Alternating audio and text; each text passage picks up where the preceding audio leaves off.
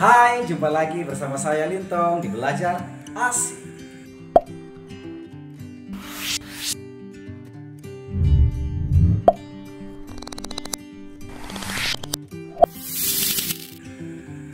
Topik kita kali ini adalah tentang report text.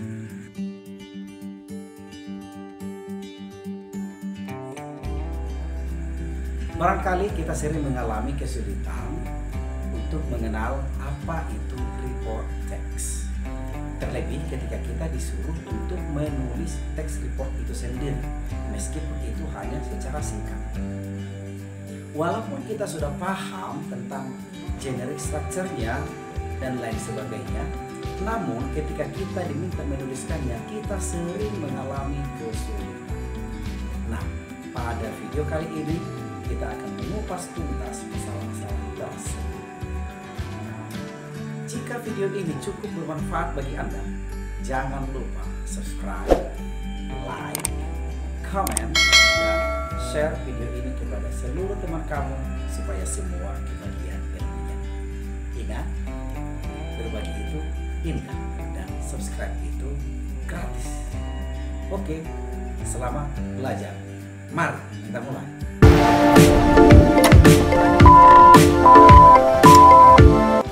Oke, kita mulai. Yang pertama, pengertian. Pengertian teks report adalah suatu tulisan yang menjelaskan sesuatu hal apa adanya. Ingat, apa adanya, tidak dikarang-karang, sesuai dengan fakta. Dan tulisan ini merupakan hasil penelitian atau analisis yang sistematis. Yang kedua, fungsi.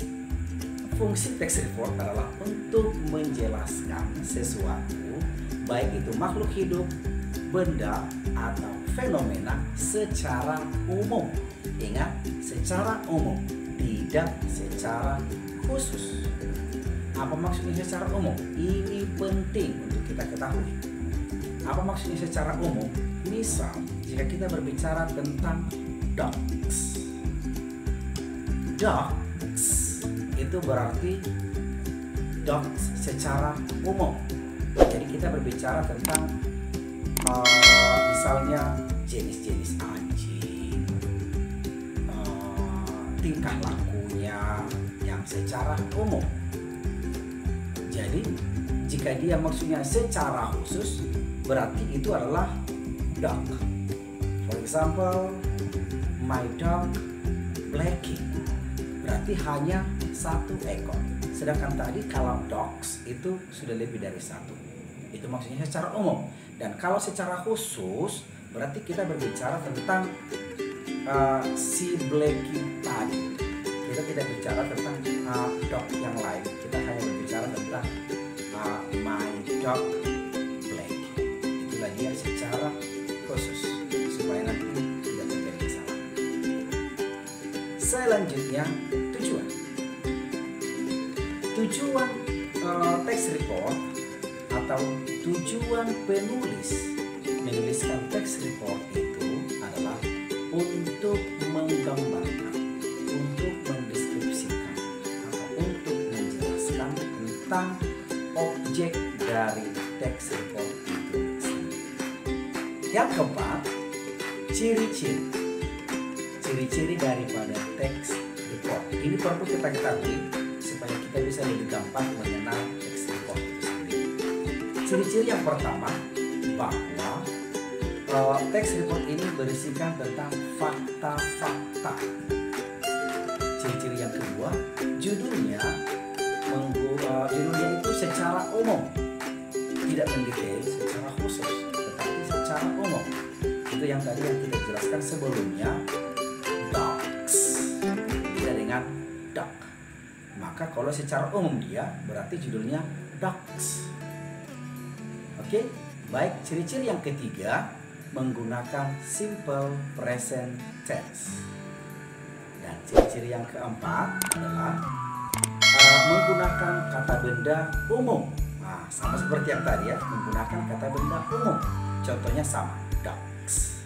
Kira-kira seperti itu. Dan ciri-ciri yang kelima, menggunakan kata kerja tindakan, bukan perilaku. Apa maksudnya? Menggunakan kata kerja tindakan dalam hal ini maksudnya adalah tindakan dari objek pada teks itu secara umum.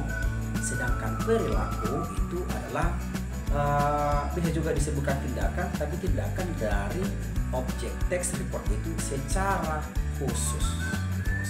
Contohnya anjing menggonggong, oke? Dogs are talking, itu secara umum, itu tindakan secara umum. Sedangkan kalau dikatakan anjing itu suka duduk di samping saya, oke? The dog likes to sit beside me, itu adalah perilaku. Mengapa perilaku? Karena tidak semua anjing yang suka duduk di samping saya.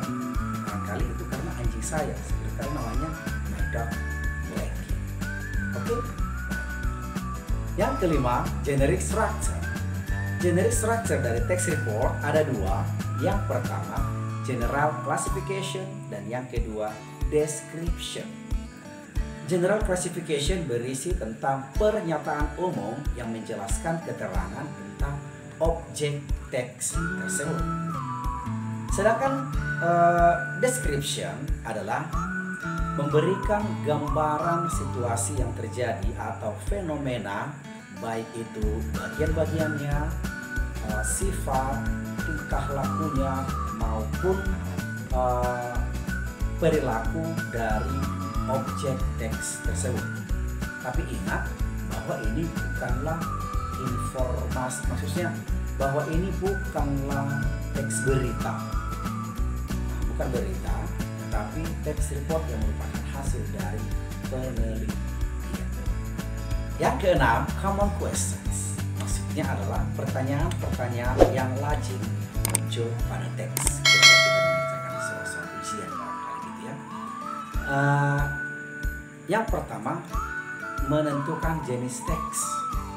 Yang kedua, menentukan tujuan komunikasi daripada teks tersebut. Yang ketiga, menentukan gambaran umum teks tersebut. Yang keempat, menentukan ide utama paragraf tertentu. Yang kelima, menentukan informasi terperinci. Dan yang keenam, untuk menentukan referensi kata. Contoh pertanyaannya untuk menentukan jenis teks, biasanya contohnya, what is the kind of the text? Atau what is the type of the text? Itu jawabannya, kalau pada saat ini tentu jawabannya adalah report text. Yang kedua, menentukan tujuan komunikasi dari teks tersebut. Biasanya soalnya itu seperti ini. What is the purpose of the text? Atau what is the goal of the text? Satu lagi, what does the writer write the text for? Jadi tujuan daripada teks report itu sendiri adalah to describe bla bla bla, to report bla bla bla, to explain atau to give information about. Oke, jadi lihat judulnya, to describe dogs. Jika judulnya misalnya dogs gitu ya, to describe dogs, to report dogs, to give information about dogs, to explain dogs. Oke, to explain dogs. Yang ketiga, menentukan gambaran umum. Contoh-contoh soal menentukan gambaran umum itu contohnya yang pertama, what is the text about? Atau what does the text tell us about? Atau the text mainly tell us about. Selanjutnya, what is the topic of the text? Atau the text tells us about bla bla bla. Itu dia contoh-contoh pertanyaan yang mungkin untuk menentukan gambaran umum dari teks tersebut. Oke, jawabannya, perhatikan kalimat pertama atau kata pertama pada paragraf pertama, itu pada kalimat pertama. Tapi ada juga kemungkinan memang ada pada paragraf terakhir atau mungkin di tengah. Tetapi pada umumnya, ingat, pada umumnya ada pada paragraf pertama, di awal paragraf pertama, tentu pada kata pertama pada kalimat pertama. Yang keempat, menentukan ide utama paragraf tertentu. Contoh-contoh soal yang biasanya muncul untuk menentukan ide utama paragraf tertentu adalah yang pertama, the main idea of paragraph bla bla bla, atau paragraph bla bla bla mainly tells us about, atau the bla bla bla paragraph tells us about. Seperti itu. Jadi itu contoh-contoh pertanyaan untuk menentukan ide utama paragraf tertentu. Ingat paragraf mana yang diminta. Jika yang diminta misalnya paragraf kedua, maka kita langsung membaca paragraf kedua. Oke? Dan menemukan jawabannya pada kalimat pertama pada paragraf tersebut. Biasanya jawabannya ada di sana. Walaupun kadang ada pada bagian tengah paragraf atau di akhir. Hanya pada umumnya ada pada kalimat pertama dari paragraf tersebut. Yang kelima, menentukan informasi terinci. Untuk menentukan informasi terinci, biasanya pertanyaannya menggunakan 5W, 1H. Why, what, where, when, who, and how. Barangkali bisa juga how much, how long, how old, dan seterusnya. Oke? Nah, jawabannya yang pertama yang kamu lakukan adalah untuk mencari kata kunci, menentukan kata kunci dari pertanyaan itu. Carilah kata kunci yang ditanya itu pada teks.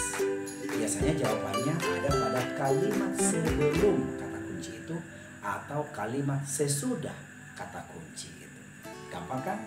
Kalau kita sudah menemukan kata kuncinya, carilah jawabannya pada kalimat sebelum kata kunci itu atau kalimat sesudah kata kunci tersebut. Yang keenam, menentukan referensi kata. Contoh-contoh soal yang muncul untuk menentukan referensi kata. Yang pertama, the underlined word refers to, atau the word bla bla bla refers to, atau what does the word bla bla bla refer to. Itu contoh-contoh pertanyaan yang muncul untuk menentukan referensi kata. Cara mencari jawabannya, carilah kata yang dimaksud pada teks. Biasanya ditentukan itu pada kalimat keberapa, pada paragraf keberapa itu ditentukan. Carilah kata, biasanya pronoun. Carilah pronoun yang dimaksud pada teks tersebut. Kemudian lihatlah referensinya pada kalimat sebelumnya. Ingat, hanya pada kalimat sebelumnya. Tidak ada jawabannya pada kalimat setelah pronoun yang dibutuhkan. Oke, hanya pada kalimat sebelumnya. Oke, gampang kan? Yang selanjutnya, contoh teks report. Nanti pada bagian contoh teks report ini silakan diperhatikan. Nanti di sini kita akan mempelajari bagian-bagian dari setiap teks tersebut, bagian-bagian dari generic structure-nya, apa yang harus kita tuliskan pada setiap bagian tersebut supaya kita benar-benar mampu menuliskan teks report.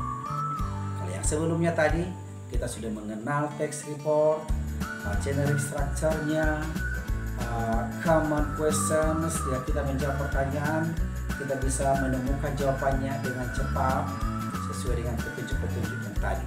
Sedangkan pada bagian yang terakhir ini adalah kita akan belajar bagaimana menulis teks report itu. Oke, mari kita lanjutkan. Berikut adalah contoh teks report dengan judul Skin. Ini adalah paragraf pertama, yaitu bagian dari General Classification. Pada bagian General Classification ini yang berisi tentang pernyataan umum yang menjelaskan keterangan tentang objek dari teks tersebut. Nah, pada bagian general classification ini kita lihat kalimat yang pertamanya, skin is the outer layer of the body. Ini adalah bagian umum. Kulit adalah bagian terluar dari tubuh. Ini adalah keterangan dari kulit yang secara umum, bukan keterangan bagian-bagian dari kulit. In human being, it is the largest organ of the system that covers our body. Pada manusia, ini adalah sistem organ yang terbesar yang melindungi tubuh kita. Ini juga adalah keterangan dari skin itu sendiri secara umum, bukan keterangan bagian-bagian tertentu. Demikian juga dengan our skin has a function to protect our body from infection and bla bla bla. Kulit kita mempunyai fungsi untuk melindungi tubuh kita dari infeksi dan temperatur yang ekstrim dan seterusnya. Ini juga adalah fungsi kulit secara keseluruhan, fungsi kulit secara umum, bukan fungsi bagian-bagian dari kulit tertentu. Sehingga fungsi ini juga masuk ke dalam general classification. Sedangkan pada bagian selanjutnya yaitu description. Pada bagian description ini kita akan memberikan gambaran tentang fenomena atau situasi yang terjadi, baik bagian-bagiannya, sifat, kebiasaan, ataupun tingkah lakunya. Artinya pada bagian description ini kita akan membahas bagian-bagian tertentu. Dalam hal ini bagian-bagian tertentu dari kulit. Kita lihat contohnya ini, kalimat pertama, skin has three main layers which are epidermis, dermis, and hypodermis that have their respective text and need each other. Ini adalah menggambarkan bagian-bagian dari kulit itu sendiri. Di sini dikatakan bahwa kulit mempunyai 3 lapisan, yaitu epidermis, dermis, dan hypodermis yang mempunyai tugas masing-masing dan saling membutuhkan. Jadi pada bagian deskripsi ini akan dibahas nanti fungsi atau tugas daripada setiap kulit itu, apa kandungannya, di mana letaknya, itulah nanti yang akan dibahas pada bagian deskripsi ini. Jadi bukan lagi kulit secara umum, tetapi yang dibahas di sini adalah bagian-bagian daripada kulit tersebut. Nah, kita lihat juga di sini ada bagian merah. Saya sebutkan itu topic sentence. Ini adalah topic sentence-nya, kalimat topik. Skin has three main layer dan seterusnya. Ini adalah kalimat topiknya, dan bagian hijau ini adalah sebagai supporting sentences, yaitu kalimat-kalimat pendukung yang mendukung topik sentence tersebut. Tetapi yang menjadi topik utama dari paragraf ini, jika ditanya apa topik dari paragraf kedua ini, itu ada pada kalimat pertama, yaitu skin has three main layers which are epidermis, dermis, and hypodermis that have the respective text and need each others. Selanjutnya, mari kita lihat latihan berikut ini. The Jogja Kembali Monument is located in Yogyakarta. It is 3 kilometers north of the Jogja city center in the Jongkang village of the Sleman Regency. The monument was inaugurated on June 29, 1985 to commemorate the historic Indonesian struggle for independence. Jogja Kembali means Jogja returns, as a reminder of the returning of the Indonesian Republic government. There are 2 sections of the Jogja Kembali Monument. The first section of the touring aircraft is on the eastern gate, while the other section of Guntai aircraft stands closer to the western entrance of the monument. The monument has 2 wheeled machine guns, which can be seen from a podium towards the eastern and the western side. In the southern end of the yard, there is a wall engraved with 420 names of freedom fighters who lost their lives during a great struggle, from December 19, 1948 to June 29, 1949. A poem by Khairil Anwar titled Karawang Bekasi is written on one side of the wall dedicated to these unknown patriots.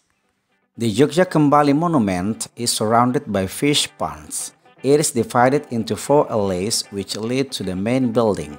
The main building consists of different floors displaying a wide range of collections during and after the war times. It shows dioramas, carved reliefs, or collection of clothes and weapons. The first question: what is the type of the text? The answer is D. Report. Question number 2. What is the purpose of the text above? The answer is C. To give general information about the Jogja Kembali monument. Question number 3. What is the topic of the text above? The answer is C. The Jogja Kembali monument.